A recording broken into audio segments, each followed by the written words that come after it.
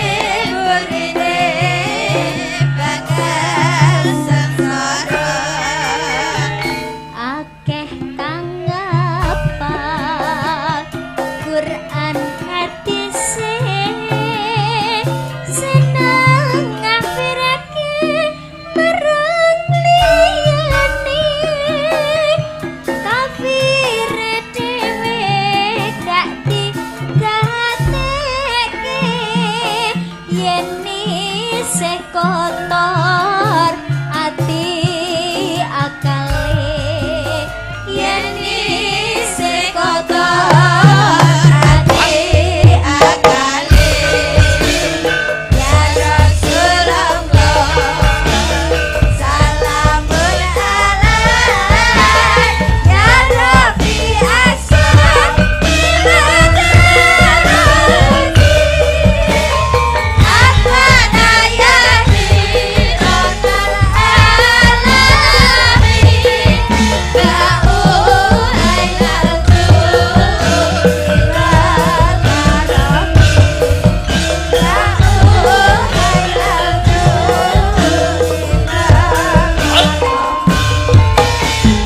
gampang kebujuk nafsu angkara ekmopae kebiarinanya irilan meri sukiye langgang mula atine panem lanista mula atine panem lanista ayo sedulur jenglalekake wajib ngaji sabranatane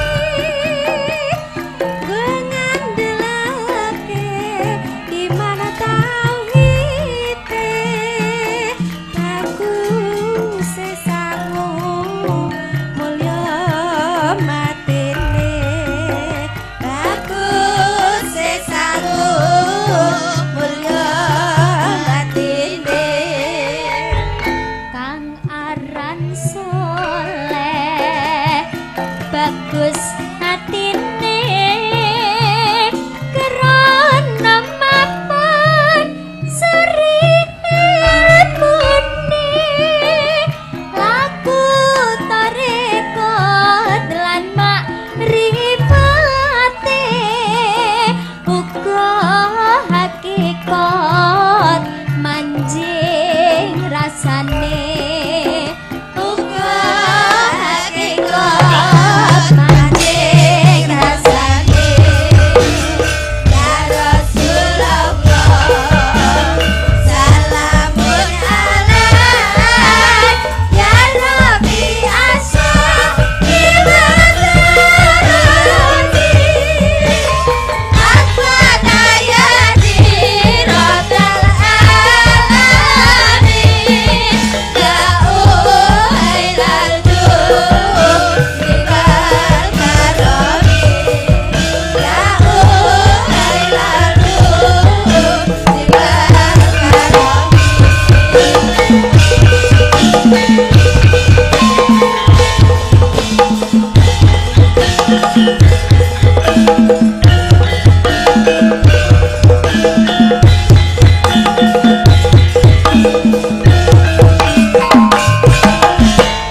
Subhanallah walhamdulillah wala ilaha illallah wallahu akbar. Nduk, anakku kang mituhu ana dawuhmu apa, Mak? Leren sawetara ya, Nduk. Ngendhoni swasana kang kenceng nggih, Yung. Sing luwih wigati ayo ndak kanthi ngaturake rasa puja lan puji syukur kang jero. Konjuk Gusti kang murbeng dumadi Allah Subhanahu wa taala, Tuhan yang Maha Esa, yang Maha Rasa sejati. Nggih. Kang wis melimbarake berkah lan kenikmatan, wujude nikmat sehat, nikmat sempat, nikmat iman. Ngono ya, Yung. Nduk. Iya. Mokal tanpa nikmating pangeran aku karo kowe anakku bisa manunggal lan tetunggalan ing bengi iki. Oh iya, nggih Yung, heeh. Banjur aku karo Biyung bengi iki sowan ana ngendi lan dalam rangkaian apa, Yung? Iki sowan ana ing para pepunden lan sedulur kang lenggah ana ing desa Ngadipura, Kecamatan Wonotirta, Kadipaten Blitar. acarane bersih desa, Nduk. Wah iya. Iki wis kelebu agenda rutin tiap tahun. Ngono. Bersih desa yang pada intinya ya kuwi wujud rasa syukure masyarakat kang lenggah mapan ana ing desa Ngadipura marang kabeh kenikmatan kang wis diparingake saka Gusti Allah. Oh nggih yo heeh. Iya. Dene taun iki, awake dhewe sak kanca kang ketiban sampur pinercaya paring lelipur, nggelar kelir gantung gong menghibur warga masyarakat Ngadipura. Wah hebat. Ing ngatasé awake dhewe lagi sepisan mrene nanging antusias lan apresiasi warga masyarakat kene luar biasa yo, Mak. Wah, tenan tak acungi jempol kok, Nduk. Ngono. Penonton kebak wiwit sore, kamangka lagi sepisan iki sowan. Ngono. Mula itung-itung awake dhewe sowan ana ing kene uluk salam karo para warga masyarakat kene. Nggih. Ora arep apa-apa kok, Nduk, tenan. Sing baku nyambung tali paseduluran karo warga ing Ngadipura kang sarta ngalap berkahe para pepundhen lan pinisepuh kang mapan ana ing Ngadipura kene. Nggih, yung heeh. Mula wis sak wajibe aku karo Biyung ngaturke panuwun marang para pepundhen Ngadipura ya, Mak. Bener, Nduk, heeh. Ngaturke panuwun kang tanpa pepindhan, terima kasih yang sangat banyak kula kunjukaken setunggal.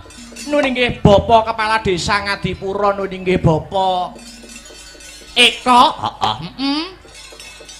kang angka kalih sedaya perangkating Desa Ngadipura, Ketua Panitia Pak Kasun, ingkang boten lan sedaya panitia ingkang boten kula sebataken setunggal mbaka setunggal, ingkang sampun ikut andil mensukseskan lumadining adicara bengi iki. Wah, iya nggih ya.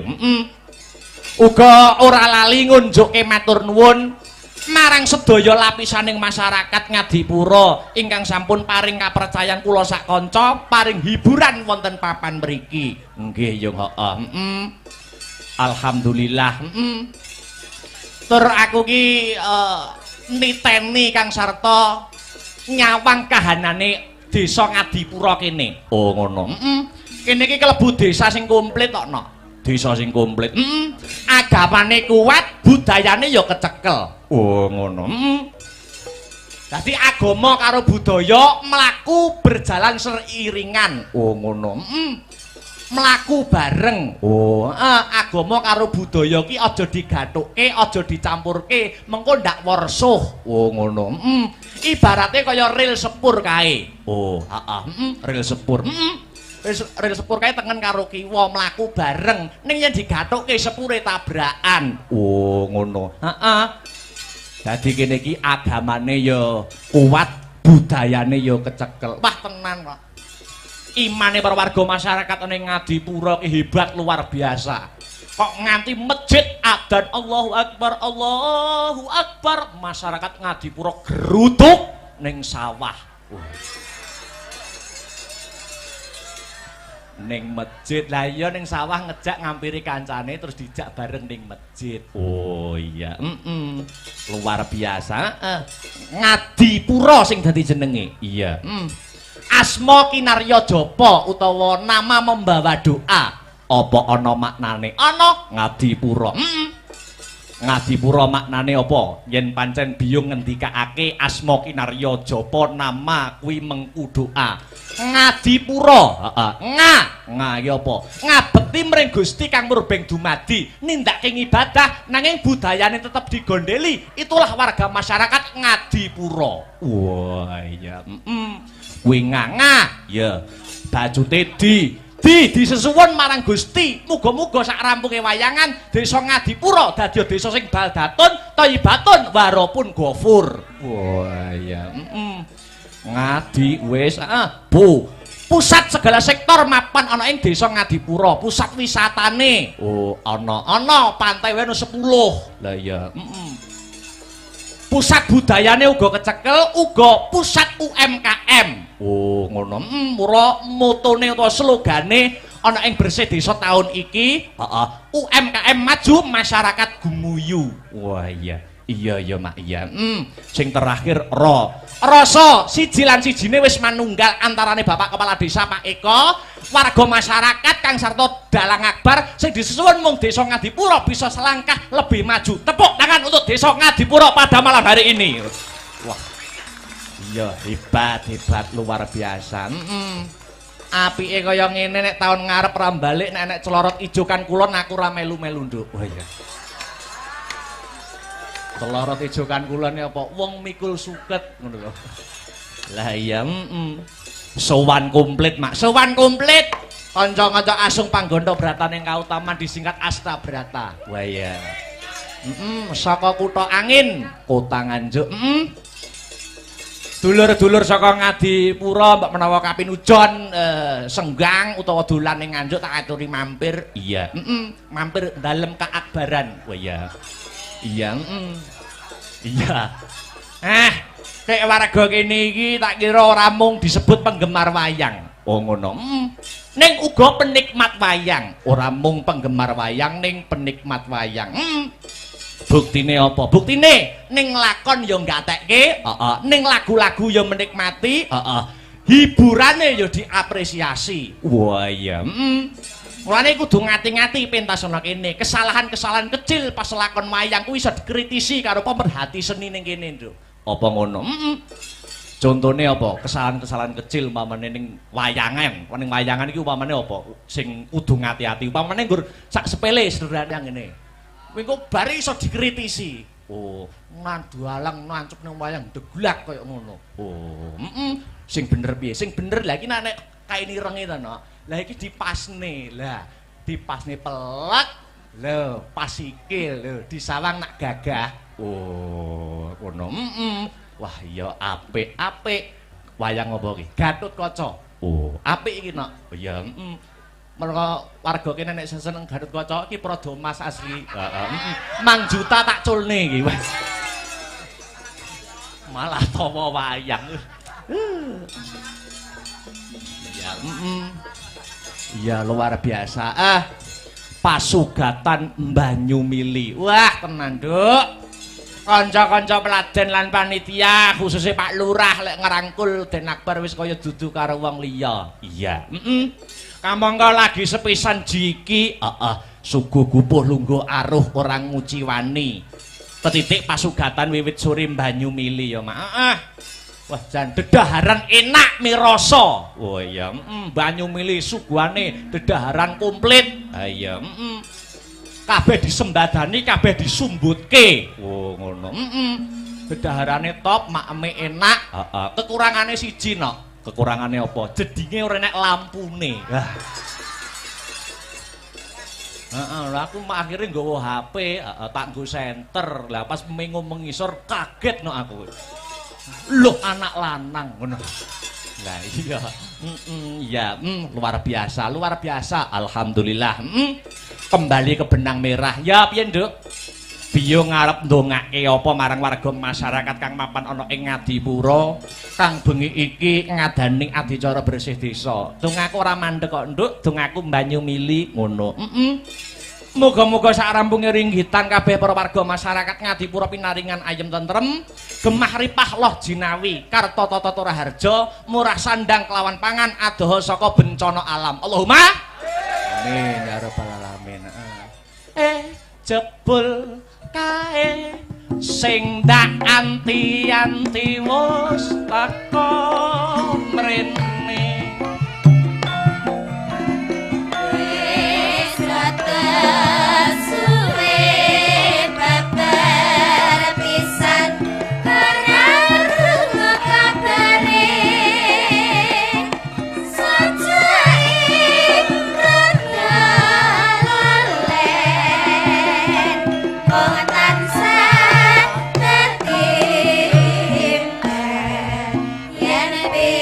Yeah.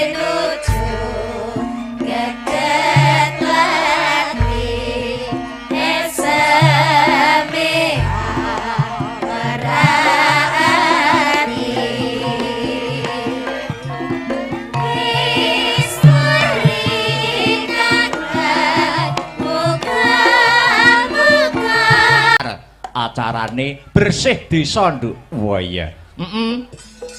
Iki wis kelebu agenda rutin tiap tahun ngono. Bersih desa yang pada intinya ya kuwi wujud rasa syukure masyarakat kang lenggah mapan ana ing desa Ngadipura marang kabeh kenikmatan kang wis diparingake saka Gusti Allah. Oh nggih yo heeh. Iya. Dene taun iki, awake dhewe sak kanca kang ketiban sampur pinercaya paring lelipur, nggelar kelir gantung gong menghibur warga masyarakat Ngadipura. Wah hebat. Ing ngatasé awake dhewe lagi sepisan mrene nanging antusias lan apresiasi warga masyarakat kene luar biasa yo, Mak. Wah, tenan tak acungi jempol kok, Nduk. Ngono.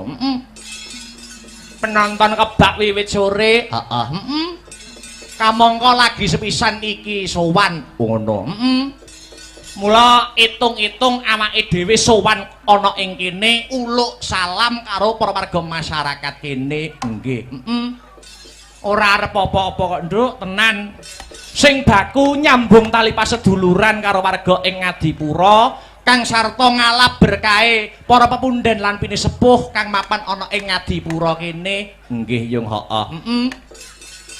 Mula wis sak wajibe aku karo Biyung ngaturke panuwun marang para pepundhen Ngadipura ya, Mak. Bener, Nduk, heeh. Ngaturke panuwun kang tanpa pepindhan, terima kasih yang sangat banyak kula kunjukaken setunggal. Nun inggih Bapak Kepala Desa Ngadipura, nun inggih Bapak Eko,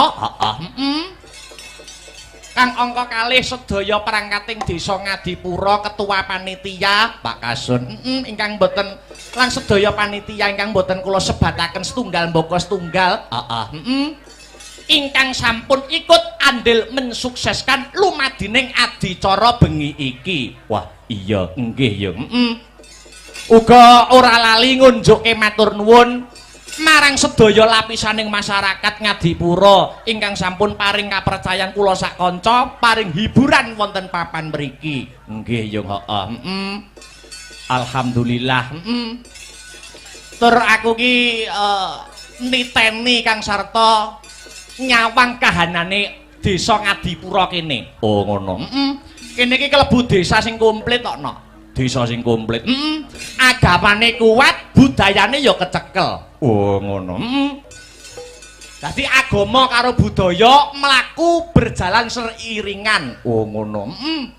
Mlaku bareng. Oh, agama karo budaya ki aja digathuke, aja dicampurke, mengko ndak warsuh. Oh ngono. Ibarate kaya ril sepur kae. Oh, ril sepur. Ril sepur kae tengen karo kiwa mlaku bareng. Ning yen digathuke sepure tabrakan. Oh, ngono. Dadi kene iki agamane ya kuat, budayane ya kecekel. Wah, tenan kok. Imane para warga masyarakat ning Ngadipura ki hebat luar biasa.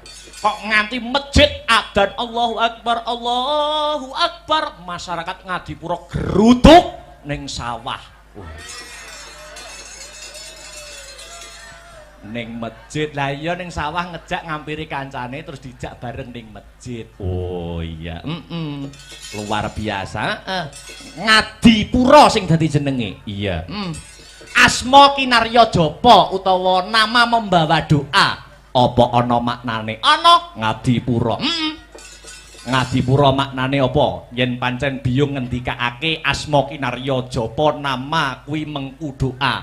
Ngadipura, nga iki apa? Ngabekti mring Gusti kang murbeng dumadi, nindakake ibadah nanging budayane tetep digondeli. Itulah warga masyarakat Ngadipura. Wah, iya. Kuwi nganga, ya. Bajute disesuwun marang Gusti. Muga-muga sak rampunge wayangan desa Ngadipura dadi desa sing baldatun, thayyibatun, warapun ghafur. Wah, iya. Ngadi wis Bu. Pusat segala sektor mapan ana ing desa Ngadipura, pusat wisatane. Oh, ana pantai wae 10. Lah iya, Pusat budayane uga kecekel, uga pusat UMKM. Oh, ngono.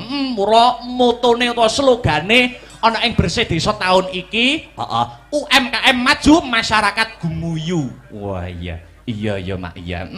Sing terakhir rasa siji lan sijine wis manunggal antarane Bapak Kepala Desa Pak Eko, warga masyarakat Kang Sarto Dalang Akbar sing disuwun mung Desa Ngadipura bisa selangkah lebih maju. Tepuk tangan untuk Desa Ngadipura pada malam hari ini. Wah. Iya hebat luar biasa. Apike kaya ngene nek taun ngarep ra balik nek celorot ijo kan kulon aku ra melu-melu nduk. Wah iya. Telorot ijokan kulon apa wong mikul suket ngono lho. Lah iya sowan komplit Mak, sowan komplit. Kanca-kanca asung panggondo brataning kautaman disingkat Astabrata. Wah iya. Saka kutha angin, kota Nganjuk. Dulur-dulur saka Ngadipura mbak menawa kapinujon senggang utawa dolan ning Nganjuk tak aturi mampir. Iya, mampir dalem keakbaran. Wah iya. Iya, iya. Kayak warga kene iki tak kira ora mung disebut penggemar wayang. Oh ngono. Ning uga penikmat wayang. Ora mung penggemar wayang ning penikmat wayang. Buktine apa? Buktine ning lakon ya nggatekke, ning lagu-lagu ya menikmati, hiburane ya diapresiasi. Wah iya. Mulane kudu ngati-ngati pentas ana kene. Kesalahan-kesalahan kecil pas lakon wayang kuwi iso dikritisi karo pemerhati seni ning kene, Nduk. Apa ngono? Contone apa? Kesalahan-kesalahan kecil umpamane ning wayangan. Ning wayangan iki umpamane apa? Sing kudu ngati-ati. Umpamane nggur sak sepele sederhana ngene. Kuwi kok bar iso dikritisi. Oh, nandu alang nancup ning wayang deglak kaya ngono. Oh, sing bener piye? Sing bener lha iki nek kaini renge to, Nok. Lah iki dipasne. Lah, dipasne pelek. Lho, pas sikil lho, disawang nak gagah. Oh, ngono. Wah, iya apik. Wayang apa iki? Gatutkaca. Oh, apik iki, Nok. Oh iya, Mergo warga kene nek seneng Gatutkaca iki prada emas asli. Mang juta tak culne iki. Malah tawa wayang. Ya, iya luar biasa. Pasugatan Banyumili. Wah, tenan, Nduk. Kanca-kanca peladen lan panitia, khususnya Pak Lurah lek ngerangkul Den Akbar wis kaya dudu karo wong liya. Iya. Kamangka lagi sepisan jiki, suguh gupuh lungguh aruh orang nguciwani. Petitik pasugatan wiwit sore Banyumili ya, Mak. Wah, jan dedaharan enak mirasa. Oh iya, Banyumili suguhane dedaharan komplit. Ha iya, kabeh disembadani, kabeh disumbutke. Oh ngono. Dedaharane top, makeme enak. Kekurangane siji, Nok. Kekurangane apa? Jedinge ora enek lampune. Lah aku akhirnya nggawa HP, tak nggo senter. Lah pas mengo mengisor kaget Nok aku. Loh anak lanang ngono. Lah iya. Iya, luar biasa. Alhamdulillah. Kembali ke benang merah. Ya piye, Nduk? Biyo ngarep ndongake apa marang warga masyarakat kang mapan ana ing Ngadipura kang bengi iki ngadaning adicara bersih desa. Dongaku ora mandek kok, Nduk. Dongaku Banyumili ngono. Muga-muga sarampunge ringgitan kabeh para warga masyarakat Ngadipura pinaringan ayem tentrem, gemah ripah loh jinawi, karta tata raharja, murah sandang kelawan pangan adoh saka bencana alam. Allahumma amin ya rabbal alamin. Jebul kae sing dak anti-anti wis teko mrene.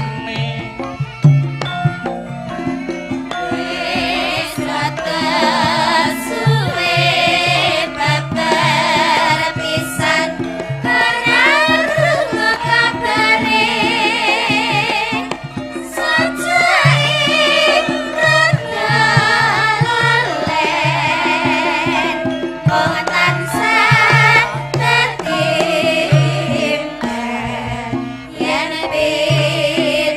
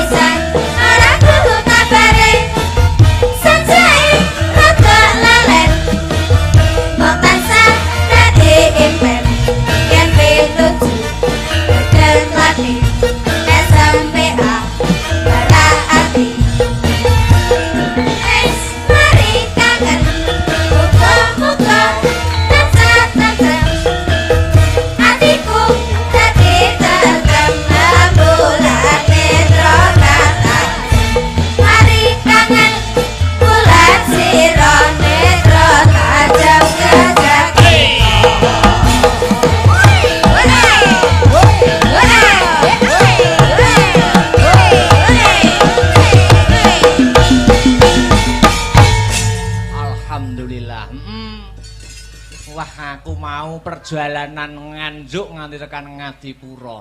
Piye? Wah, dalane nok.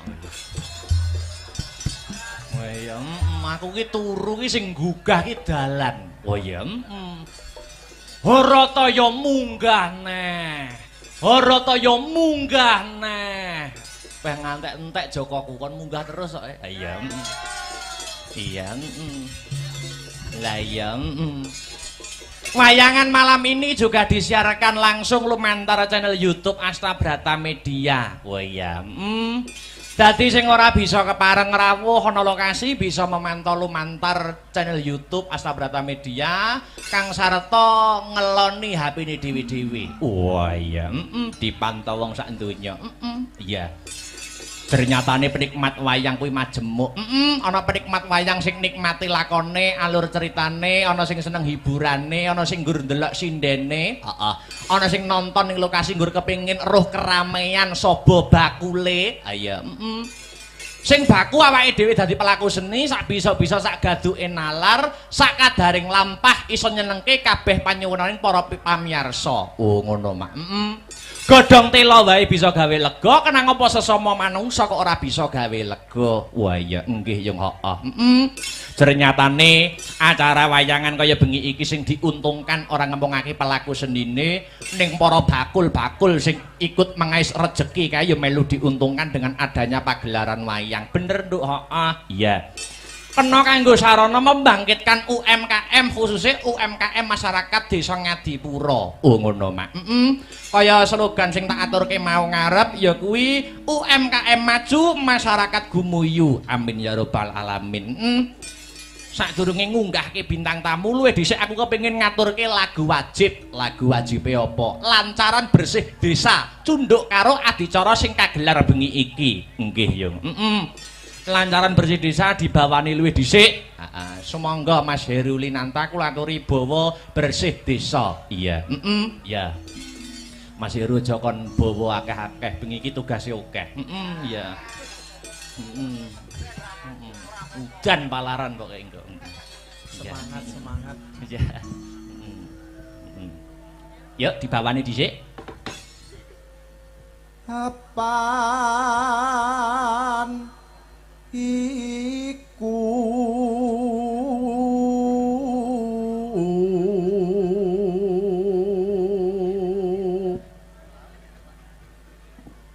dadi kewajiban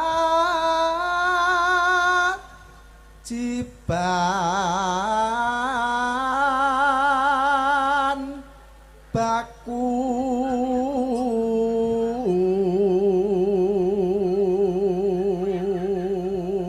season hiburan ana ing wayangan kuwi ping 2, limbukan karo gara-gara. Nek limbukan wayange cangik limbuk wis biasa. Lumrah diganti-ganti no. Ayo. Diganti sapa? Pak Dalang.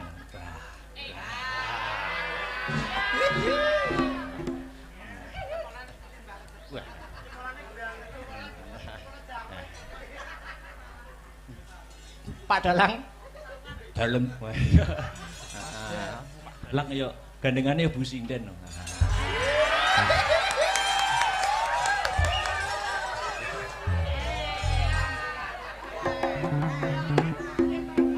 Lanjut. Sok warga iki. Yo.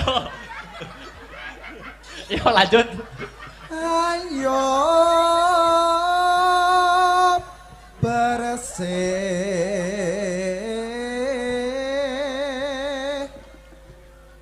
desa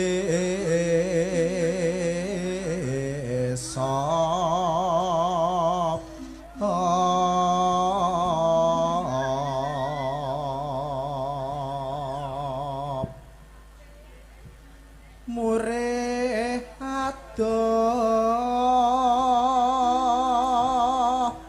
suka